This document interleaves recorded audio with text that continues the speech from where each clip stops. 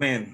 Baik, selamat pagi Bapak Ibu semuanya. Senang sekali bisa berjumpa kembali. Terima kasih buat para penatua, Pak Lukito yang memberikan saya kesempatan untuk membagikan kebenaran firman Tuhan pada pagi hari ini. Saudara, pagi ini saya akan memberikan sebuah tema, dicari murid yang sejati. Kenapa saya memberikan tema ini, Saudara? Karena hari-hari ini saya melihat kualitas murid yang sesungguhnya seperti yang tercatat di dalam Alkitab. Hari-hari ini saya melihat sulit sekali kita temukan, Saudara, ya. Bahkan di gereja-gereja, bahkan dalam pelayanan, hari ini saya melihat itu terjadi di dalam banyak sekali pelayanan dan banyak sekali komunitas Kristen, Saudara. Nah, pagi hari ini saya akan saya akan membacakan dari dalam kitab Lukas pasal yang ke-14, ayatnya dari yang ayat 25 sampai ayatnya yang ke-27, Saudara, ya. Firman Tuhan berkata, pada suatu kali banyak orang berduyun-duyun mengikuti Yesus. Dalam perjalanannya, sambil berpaling, ia berkata kepada mereka, jikalau seorang datang kepadaku dan ia tidak membenci bapaknya, ibunya, istrinya, anak-anaknya, saudara-saudaranya laki-laki atau perempuan, bahkan nyawanya sendiri, ia tidak dapat menjadi muridku.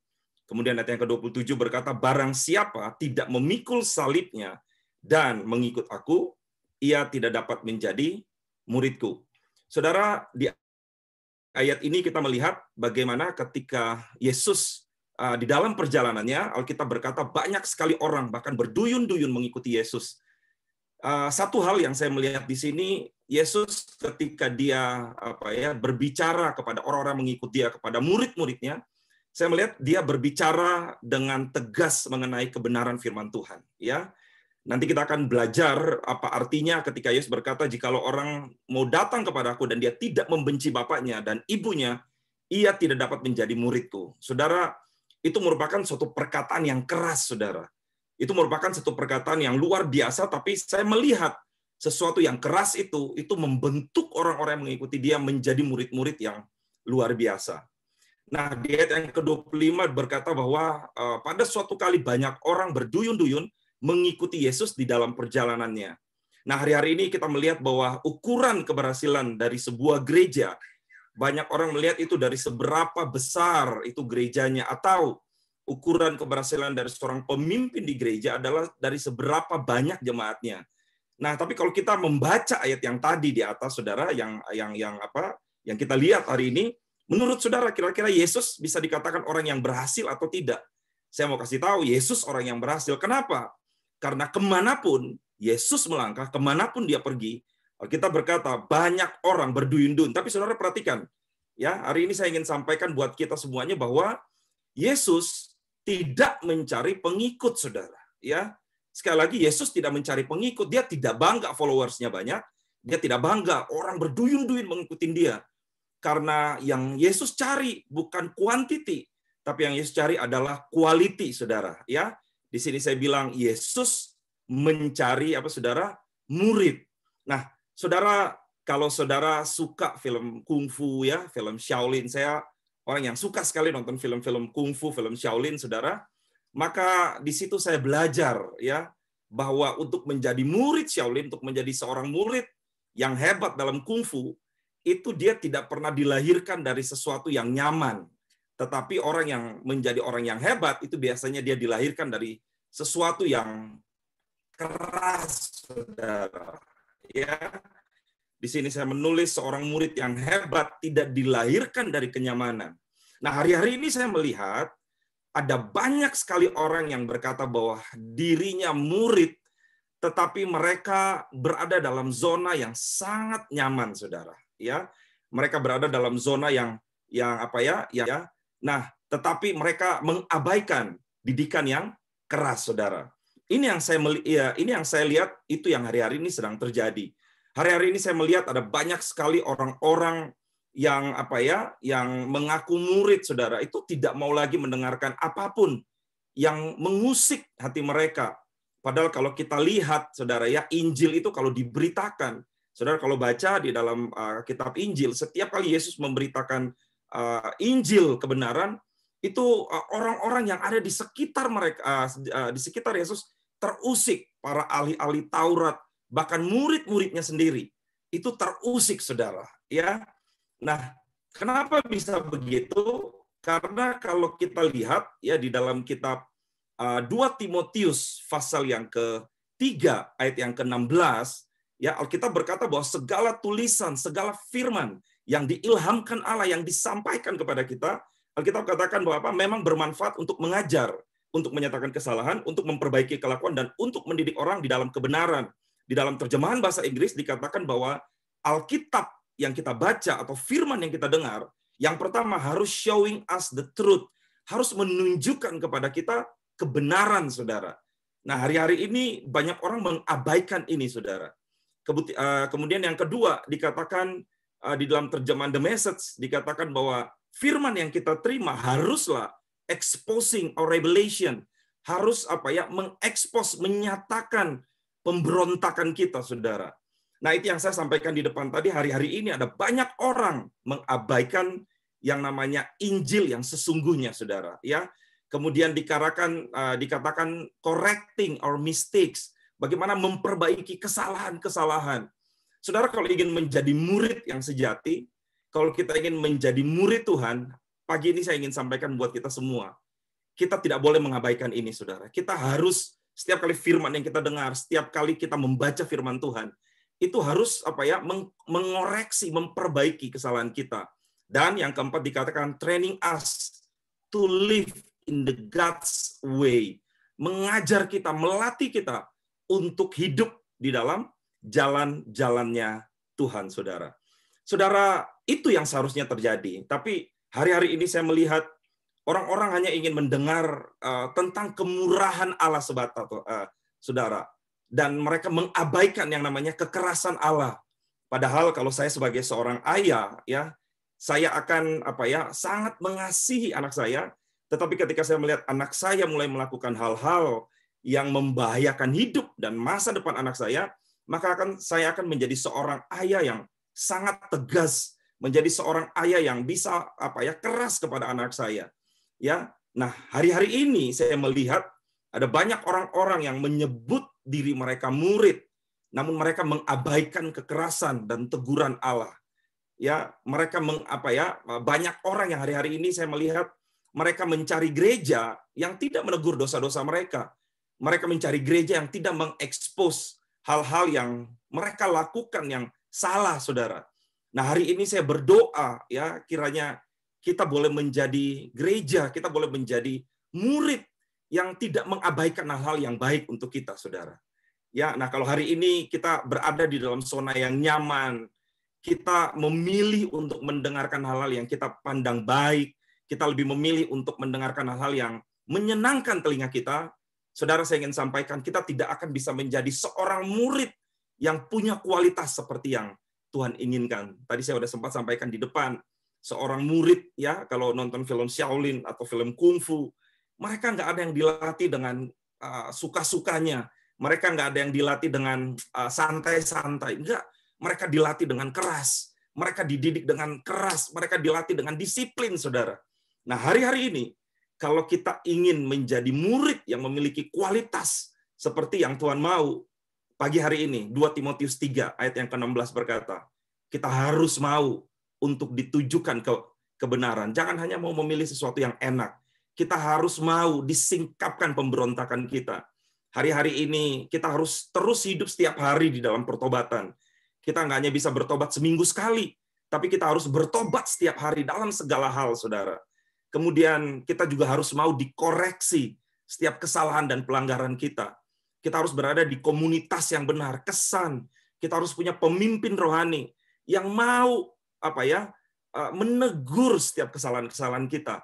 Nah, kalau hari-hari ini kita tidak memiliki itu, saya ingin sampaikan, kita tidak akan bisa memiliki kualitas seorang murid seperti apa yang Tuhan inginkan. Itulah sebabnya saya memberikan tema sharing saya pagi hari ini, dicari murid yang sejati, saudara.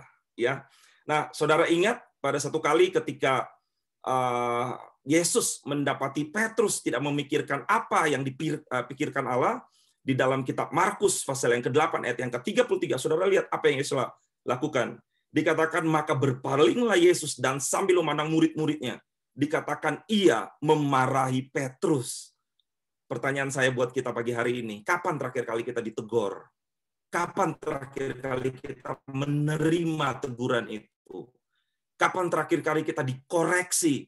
Kalau hari-hari ini kita tidak pernah dikoreksi, atau koreksi dari pemimpin kita, dari pembimbing rohani kita, dari genap itu sebagai sesuatu yang tidak menyenangkan kita, saudara, kita harus berhati-hati, karena mungkin saja kita hari-hari ini sedang melenceng daripada jalannya Tuhan. Ya, di Markus pasal yang ke-8 ini kita melihat ketika dia menegur, bahkan dia berkata dengan sangat tegas, nyala iblis, sebab engkau bukan memikirkan apa yang dipikirkan Allah, melainkan apa yang dipikirkan manusia. Saudara, saya ingin sampaikan buat kita, hari-hari ini kita mendapati banyak sekali, saya menyatakan bikin seperti susu, saudara. Saudara, Alkitab berkata, kita harusnya udah bukan minum susu lagi.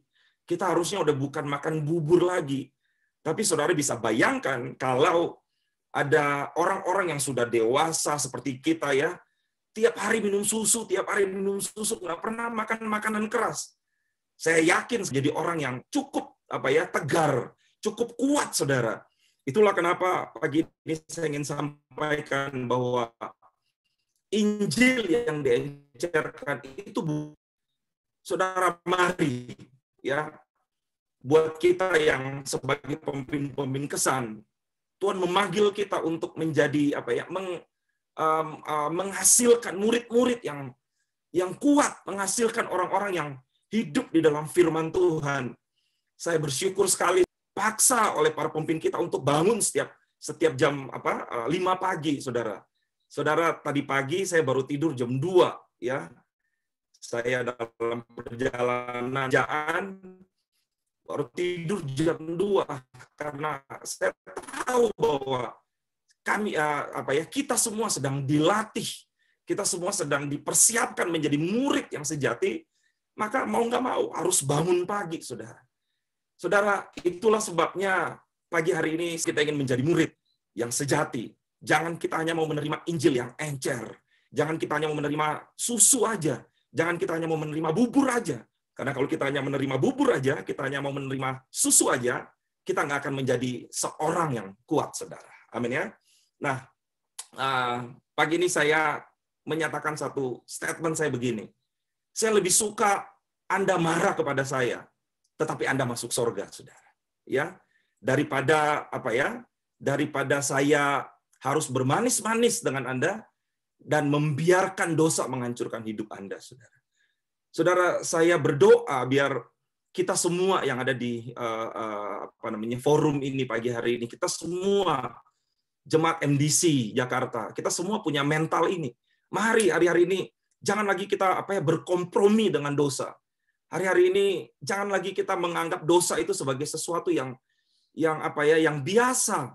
Tapi kita harus menjadi orang-orang yang mau, kalau kita melihat anak-anak kesan kita, orang-orang yang di bawah kita adalah domba-domba yang dipercayakan kepada kita.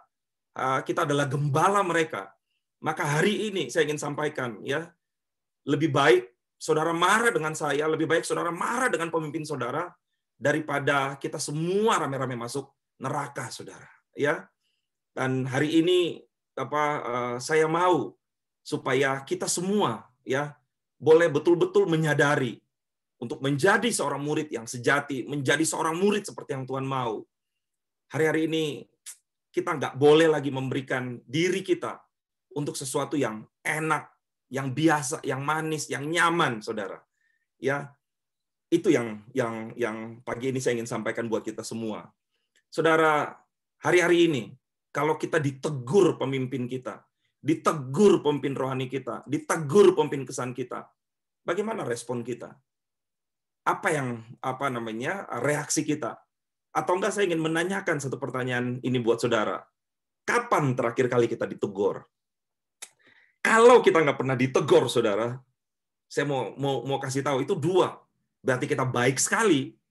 Atau mungkin telinga kita udah kebal dan kita nggak mau. Atau mungkin kita sudah berada di dalam atmosfer yang nyaman, yang mungkin saling sungkan, yang mungkin nggak enak. Saudara perhatikan, Yesus bersama-sama dengan Petrus, dengan murid-muridnya. Tetapi ketika dia bukan hanya mendapati udah berdosa sekali, nggak, begitu dia tahu ada pelanggaran kecil. Ketika Yesus melihat Petrus memikirkan apa yang tidak Tuhan pikirkan, dia memarahi dan dia menegur. Saudara, hari-hari ini saya rindu kita boleh menjadi murid yang betul-betul mau untuk dibentuk, mau untuk ditegur, saudara. Ya, nah kemudian dikatakan di dalam ayat yang ke-26, ya, yang tadi saya sempat sampaikan, jikalau seorang datang kepadaku dan ia tidak membenci bapaknya, ibunya, istrinya, anak-anaknya, saudara-saudaranya laki-laki dan perempuan, bahkan nyawanya sendiri, dikatakan apa? Ia tidak dapat menjadi murid-muridku. Nah, ayat ini saya yakin sekali tidak bermaksud untuk mengajarkan kita untuk membenci ayah, ibu, istri, ataupun anak-anak kita. Ya, dalam arti harafiah, saudara. Ya, karena kalau kita baca di dalam firman Tuhan, di dalam kitab Keluaran 20 ayat yang ke-21, Alkitab katakan, hormatilah ayah dan ibumu supaya lanjut umurmu di tanah yang diberikan Tuhan Allahmu kepadamu. Ya, kemudian ayat hafalan anak saya di Star Kids Efesus 6 ayat 1 dikatakan, hai anak-anak, taatilah orang tuamu di dalam Tuhan, karena haruslah demikian. So, kalau ayat ini berkata, kalau orang mau datang kepadaku, mau menjadi muridku, ia harus membenci bapaknya, ibunya.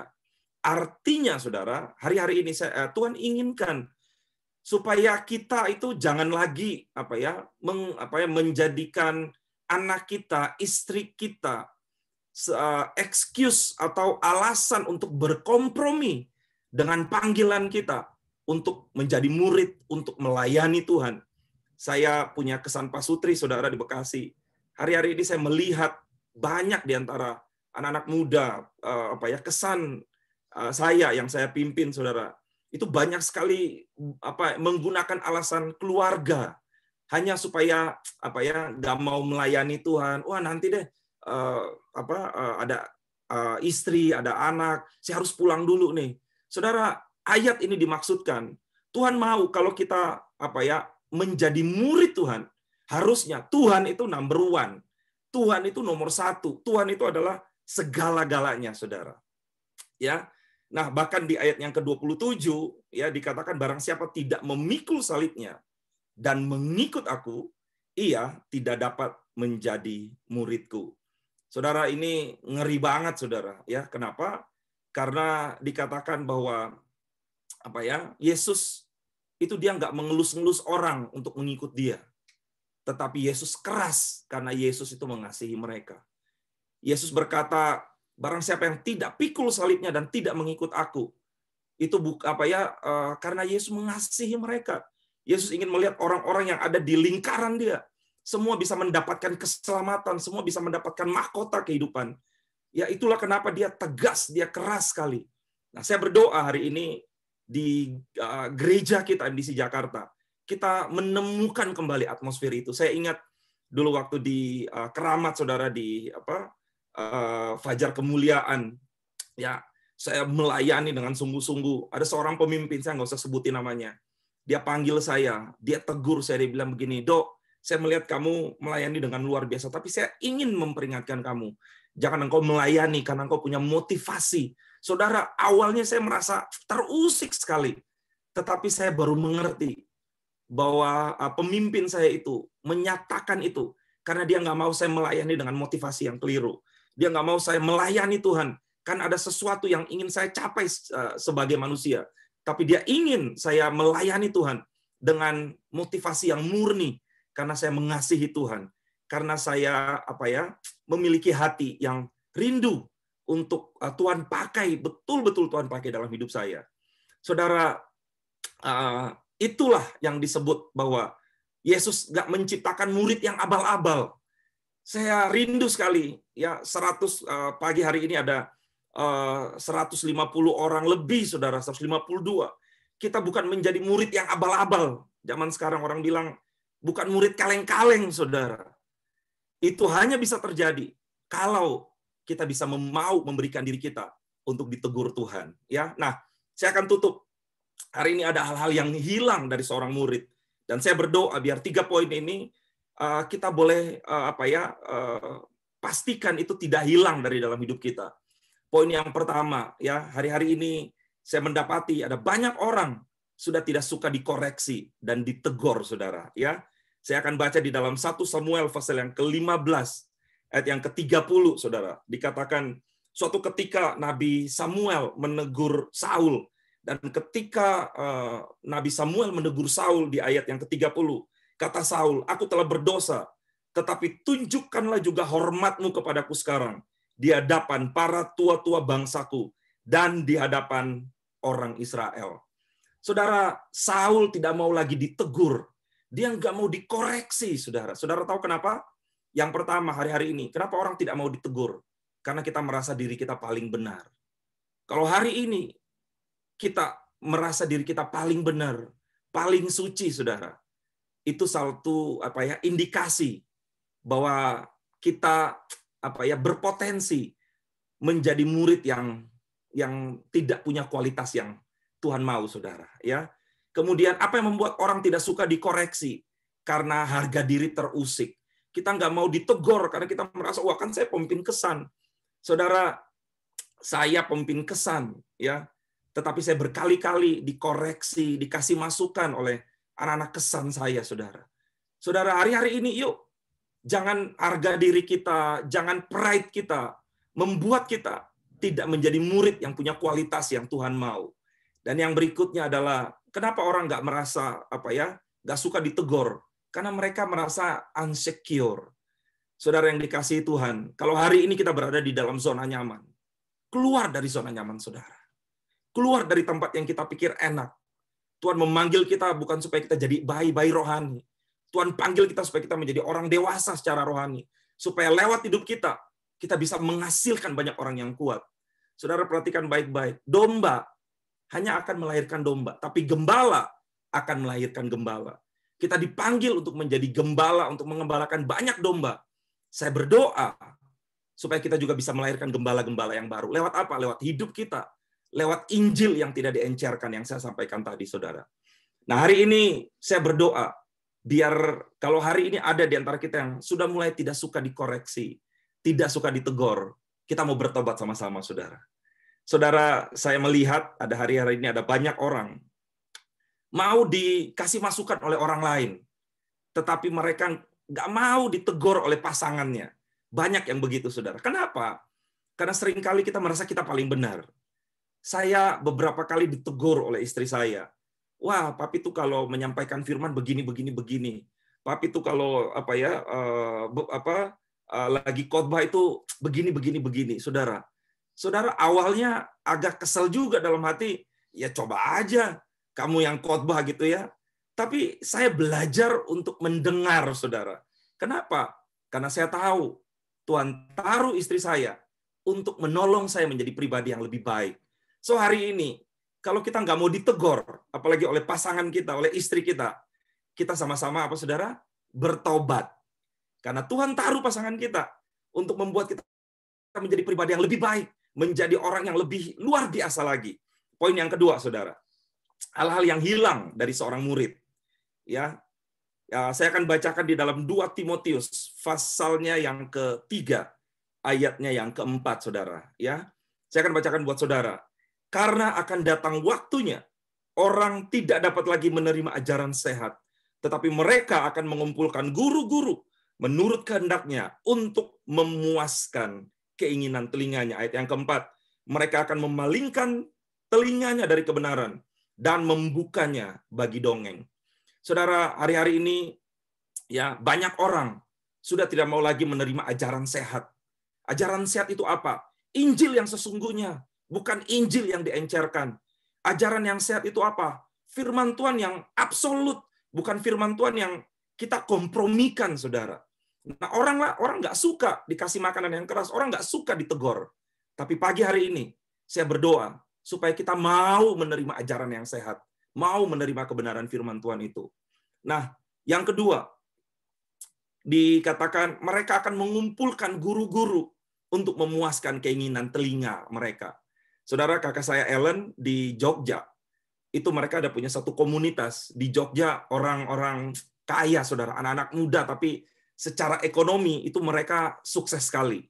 Saudara, saya berapa kali pergi ke Jogja, diberikan kesempatan melayani di sana, dan saudara tahu apa yang terjadi? Orang-orang ini, itu mereka bisa berkumpul, mereka nggak banyak, saudara.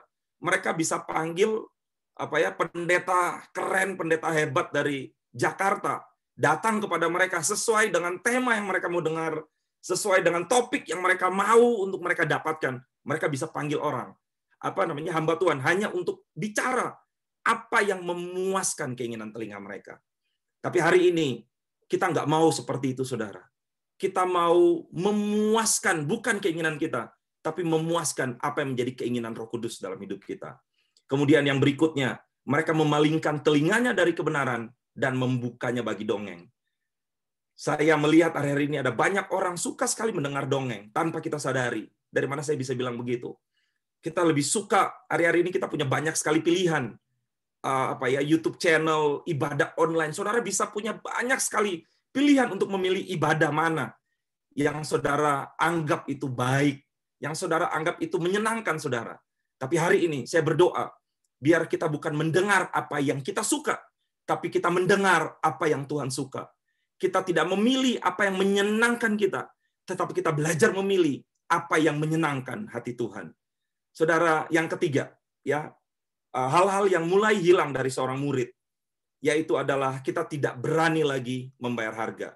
Saya akan bacakan di dalam kitab Matius 19 ayat yang ke-21 sampai 23. Ini adalah ayat terakhir, setelah itu kita akan berdoa.